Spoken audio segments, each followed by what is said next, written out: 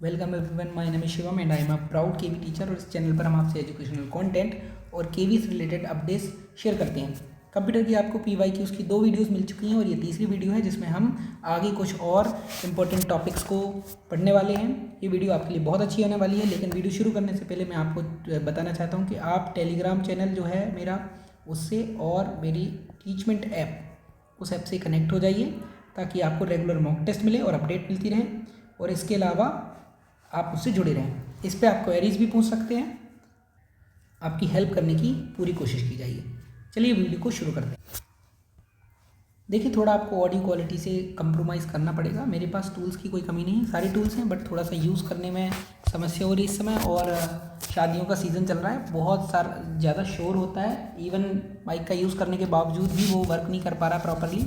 और मैं continuously travel भी कर रहा हूँ, तो सारे टूल्स एक साथ लेकर भी नहीं चल सकता हूँ। तो आप थोड़ा सा कंप्रोमाइज़ करिए और वीडियो पर ध्यान दीजिए, कंटेंट पर ध्यान दीजिए। बढ़ते हैं क्वेश्चन की तरफ। A computer system understands only a language consists of electrical pulses और 0 and 1।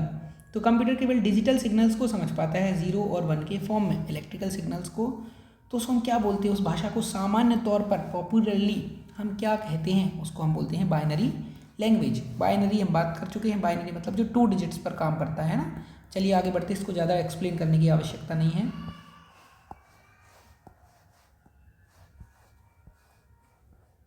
नीचे आपको कुछ इन्फॉर्मेशन दी गई है। डिजिटल लैंग्वेज क्या होती है, जो कि डिस्क्रीट सिग्नल्स का यूज़ करती है।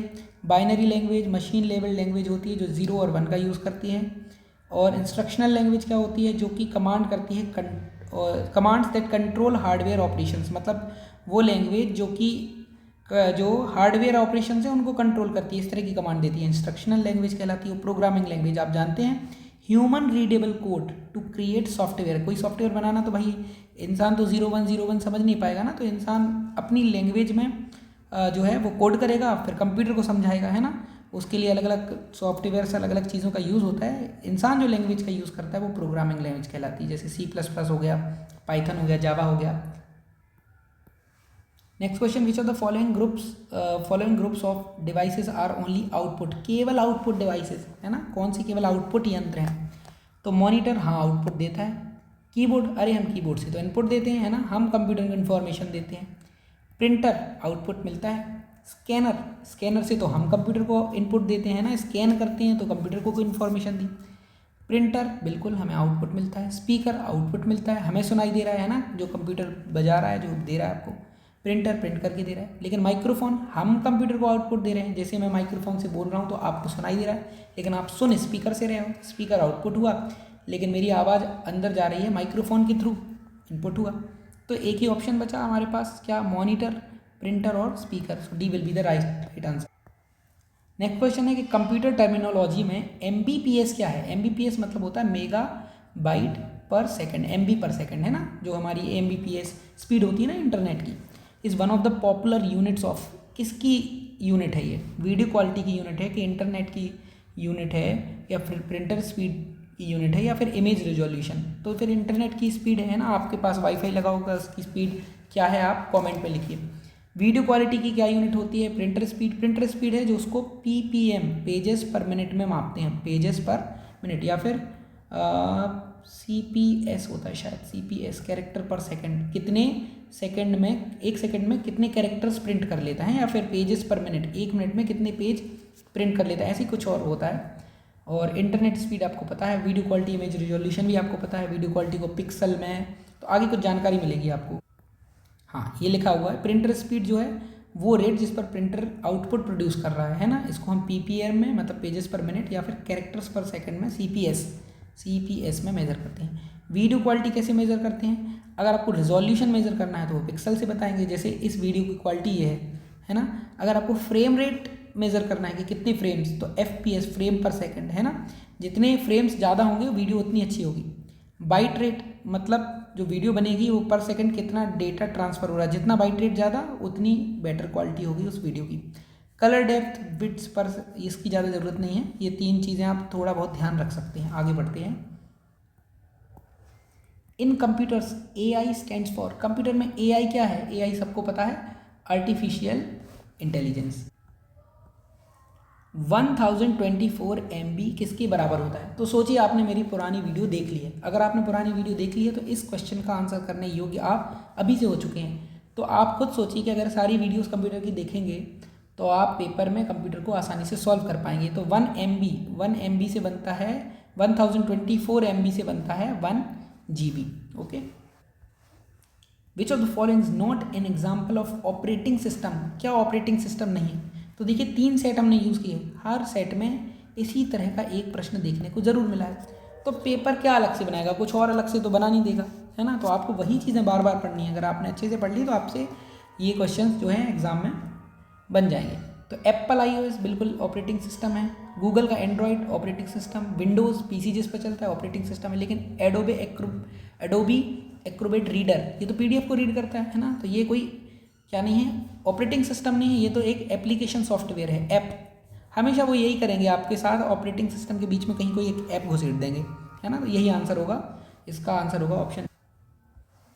Next question, which of the following software are generally used to design an audio video animated multimedia presentation? मतलब आपको मल्टीमीडिया प्रेजेंटेशन देना है, ऑडियो वीडियो, है ना। तो इनमें से कौन सी सॉफ्टवेयर जनरली इसके लिए डिज़ाइन है? तो ये सबको पता है, पावर पॉइंट। बाकी आपसे बार बार चर्चा कर चुके हैं, MS एक्सेस डेटाबेस का है। Google Chrome, Microsoft Edge, Mozilla Firefox, ये क्या है? तो ये सब ब्राउजर्स हैं ना। आपने ये सब देखे हुए। अगर PC नहीं यूज़ करते हैं तो आपने ये दोनों नहीं सुने होंगे। ये तो मोबाइल में भी होता है गूगल क्रोम, PC में जनरली ये माइक्रोसॉफ्ट का खुद का है एज। हो सकता है पेपर में आ जाए कि जो एज है वो किसने डेवलप किया है, गूगल ने डेवलप किया है, माइक्रोसॉफ्ट ने डेवलप किया है या मोजिला। तो ध्यान रखना कि एज माइक्रोसॉफ्ट का है, क्रोम गूगल का है, फायरफॉक्स इसका है ना। तो ये ब्राउज़र के नेम है। सफारी जो है वो एप्पल का है। हो सकता है पूछ लें कि सफारी किसका ब्राउज़र है ना। तो एप्पल का ब्राउज़र है। सर्च इंजन आपको पता है गूगल, याहू, डकडको, ये सर्च इंजन है ना। और वेब ब्राउज़र कर चुके, RDBMS की चर्चा भी हो चुकी है और प्रोग्रामिंग लैंग्वेज की चर्चा भी हो चुकी है ना। C++, जावा, पाइथन, ये सारी प्रोग्रामिंग लैंग्वेज है। To cut some selected paste, आपको कट करना है किसी टेक्स्ट को from one page and paste, और पेस्ट करना है आपको the same at some other place in the same document, उसी डॉक्यूमेंट में किसी दूसरी जगह पे आपको पेस्ट करना है। कौन सी शॉर्टकट की इसका यूज़ करोगे? आपको पेस्ट करना है और कट करना है। तो कट मैंने बताया था, कट Ctrl+X, और पेस्ट है ना Ctrl+V। Ctrl+P पेस्ट क्यों नहीं होता? क्योंकि Ctrl+P प्रिंट होता है, इसलिए Ctrl+P पेस्ट नहीं होगा, Ctrl+V होगा। देखिए अगले सेट में फिर इसी तरह का प्रश्न हुआ कि IT एक्ट 2000 के अंदर कौन सा साइबर क्राइम नहीं है? विच of the following does not come under cyber crime under IT act 2000? हो सकता है अगली बार क्वेश्चन आ जाए कि IT एक्ट कब आया था? तो IT एक्ट आया था 2000 में, है ना। तो ये भी उसी तरह का प्रश्न है। एक स्टॉल से नई पेन ड्राइव चुरा लेना, कोई ये तो चोरी हुई, साइबर क्राइम नहीं हुआ, है ना। बाकी सारे साइबर क्राइम है।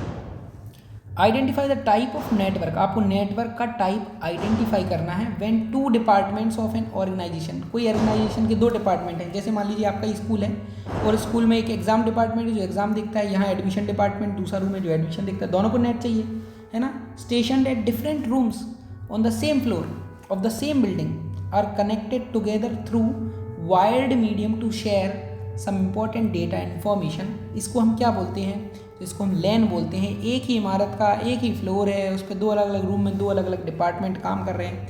वो चाहते हैं कि डेटा का, इन्फॉर्मेशन का आपस में संचार होता रहे, है ना। तो कौन सा नेटवर्क यूज़ होगा? लैन का यूज़ होगा, local area network, MAN, man, metropolitan area network, personal area network, Bluetooth वगैरह, है ना। वाइड एरिया नेटवर्क जो इंटरनेट हम यूज़ कर रहे हैं वो वैन है। नेक्स्ट क्वेश्चन है, विच of the following companies is not non for developing antivirus software? Antivirus software में से किसने डेवलप नहीं किया है ना। तो ओरेकल एक RDBMS सॉफ्टवेयर है, तो ये एंटीवायरस सॉफ्टवेयर नहीं है। तो ये ध्यान रखिएगा, इसकी हम बार बार चर्चा कर चुके हैं, इस पर हम डिटेल में नहीं जाएंगे। बाकी मैंने आपको पिछली वीडियो में एंटीवायरस सॉफ्टवेयर की सारी डिटेल भी दे दी थी, नॉर्टन, मैकेफी, कास्परस्काई, ये सारी एंटीवायरस की सॉफ्टवेयर है और companies. Which of the following is the least threat और source of virus entering your system? आपकी सिस्टम में एंटर करने वाला सबसे लीस्ट थ्रेट क्या है? ईमेल हो गया, प्रिंटर हो गया, पेन ड्राइव हो गया, या फिर कंप्यूटर नेटवर्क हो गया। तो कंप्यूटर नेटवर्क, बिल्कुल नेट से तो भाई वायरस आ सकता है ना। पेन ड्राइव से किसी की पेन ड्राइव करप्ट हो, क्या पता उसमें वायरस हो, आपके पास आ जाए। ईमेल, हाँ ईमेल में कोई अटैचमेंट होगा, अगर उसको आपने डाउनलोड कर लिया, हो सकता है उसमें से वायरस आ जाए, कुछ चीज़ डाउनलोड हो जाए, इंस्टॉल हो जाए कोई ऐप। प्रिंटर में वायरस प्रिंटर से आने के चांसेस लीस्ट हैं, क्योंकि प्रिंटर तो आउटपुट देता है, प्रिंटर से हमें कोई चीज़ इनपुट नहीं मिल रही है ना, ये सारी चीज़ों से हमें कुछ इनपुट मिल रहा है, तो इसका सही आंसर होगा प्रिंटर। नेक्स्ट क्वेश्चन है, विच of the following is not a standard file extension of image file. तो इमेज फाइल का स्टैंडर्ड फाइल एक्सटेंशन क्या नहीं है? तो जेपीजी होता है, जेपीजी या जेपीईजी है ना, पीएनजी भी होता है, ये भी होता है, ये नहीं होता, ये ऑडियो का होता है, डॉट वेव है ना, मैंने बताया था। बिटमैप बीएमपी होता है इमेज का, तो इसका सही आंसर है ऑप्शन 3।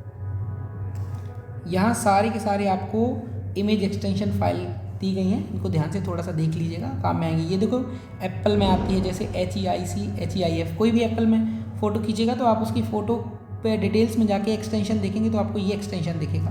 तो जेपीईजी होता है, PNG, GIF, BMP, TIFF, SVG, ICO, RAW, RAW है ना, इनका क्या क्या यूज़ होता है आप देख सकते हो। नेक्स्ट क्वेश्चन है कि विच of the following software is used for RDBMS। RDBMS के लिए क्या यूज़ होता है? तो विंडोज़ तो क्या है, विंडोज़ तो है हमारा जो है सिस्टम है, सिस्टम वाला सॉफ्टवेयर है ना, एप्लीकेशन सॉफ्टवेयर थोड़ी है। ऑटोकैड, फोटोशॉप का कुछ और यूज़ होता है। ऑटोकैड देखेंगे, अभी इस समय मुझे याद नहीं आ रहा, आप कमेंट में बताइए अगर आप जानते हैं। MySQL जो होता है ये RDBMS के लिए यूज़ होता है। RDBMS मतलब रिलेशनल डेटाबेस मैनेजमेंट सिस्टम, तो डेटाबेस को मैनेज करने के लिए MySQL का यूज़ होता है। विच of the following is not an advantage of using digital signature. Digital signature को यूज़ करने का एडवांटेज क्या नहीं है ना, नॉट नहीं है, डिजिटल हस्ताक्षर करोगे तो क्या फ़ायदा नहीं है? तो भाई अधिक सुरक्षा, हायर सिक्योरिटी फ़ायदा हो सकता है। व्यापक स्वीकृति, हाँ वाइड एक्सेप्टेंस, बहुत दूर दूर तक है ना आप भेज सकते हो डॉक्यूमेंट्स को जिनमें आपके साइन है, बिल्कुल। लीगल कंप्लायंस भी रहता है। But keys can be lost और थेफ्ट, हाँ बिल्कुल आपकी जो साइन है ना, वो जो की है वो लॉस्ट हो सकता है, थेफ्ट चोरी कर सकता है कोई, उसका गलत यूज़ कर सकता है, ये उसका फ़ायदा नहीं है, ये उसका नुकसान है। Option D will be the right answer. Next question is to make our password strong one. आपको पासवर्ड स्ट्रॉन्ग करना है, अगर आप मजबूत पासवर्ड बनाना चाहते हैं तो कौन सी सलाह we must not follow? Which of the following suggestions we must not follow है, हमें कौन सी सलाह पालन नहीं करनी है? तो बड़े अक्षर, छोटे अक्षर, संख्या, प्रतीकों का उपयोग बिल्कुल है ना, अपर केस यूज़ करो, लोअर केस यूज़ करो, नंबर सिंबल सबका यूज़ करो। Should be a dictionary word और प्रॉपर नेम है ना, देख सकते हैं कि भाई ये हो सकता है।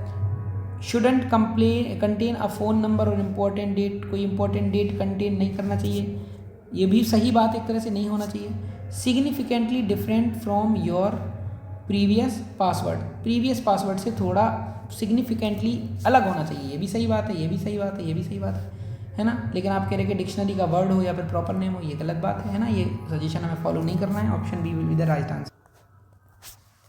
नेक्स्ट क्वेश्चन है what is a router. Router क्या है? तो राउटर आपको पता है, वो इस तरह से आपके यहाँ वाईफाई लगा होगा। तो राउटर कौन सी डिवाइस है? एक नेटवर्किंग डिवाइस है ना। इनपुट आउटपुट आप जानते हो, स्टोरेज डिवाइस जो स्टोर करती है, जैसे पेन ड्राइव वगैरह, SSD, HDD। तो राउटर एक नेटवर्क डिवाइस है जो कि मल्टीपल नेटवर्क्स को कनेक्ट करती है और ये डेटा पैकेट्स को भेजती है अलग अलग डिवाइस के लिए है ना। और दूसरा इसका एक काम और है, IP एड्रेस को असाइन करती है ना, ट्रैफिक को भी मैनेज करती है। नेक्स्ट क्वेश्चन है आइडेंटिफाई करना है cyber crime committed with the theft of communication, जिसमें कम्युनिकेशन की चोरी हुई हो, संचार की चोरी हुई हो, as it is transmitted over a network by a computer और स्मार्टफोन। मतलब भाई जहाँ किसकी चोरी हो गई हो, कम्युनिकेशन की चोरी हो गई, वो क्या है? तो हैकिंग हो गया, प्लेजरिज्म हो गया, साइबर उत्पीड़न हो गया, या फिर ईव्स ड्रॉपिंग है ना, काना फूसी। तो साइबर बुलिंग कैसे कम्युनिकेशन का थेफ्ट हो गया? प्लेजरिज्म मतलब किसी की साहित्य की चोरी कर लेना, मतलब भाई किसी ने पोएम लिखी, आपने उसको कॉपी पेस्ट करके कह दिया ये मैंने लिखी, ये तो प्लेजरिज्म हो गया है ना। हैकिंग किसी का हैक कर लेना, अब इस मोबाइल या स्मार्टफोन और इंपॉर्टेंट इंफॉर्मेशन चुरा लेना, तो ये कम्युनिकेशन थेफ्ट नहीं है, बट ईव्स ड्रॉपिंग है ना, काना फूसी। This should be the right answer.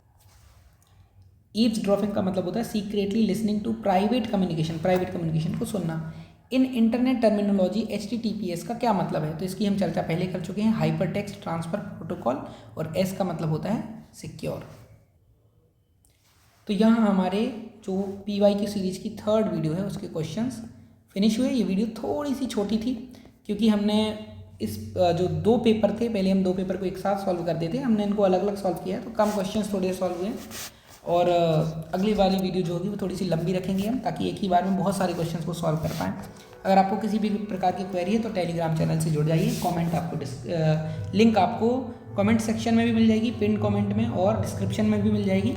इसके अलावा आप टीचमेंट ऐप पर मॉक टेस्ट दे सकते हैं फ्री लिंक के थ्रू। आपको कोई क्लास में जुड़ने की जरूरत नहीं है, आप तो लिंक के थ्रू मॉक टेस्ट अटेम्प्ट करिए, अपनी तैयारी को परखिए। मॉक टेस्ट आपको हर संडे मिलता रहेगा। Thank you very much, have a nice day.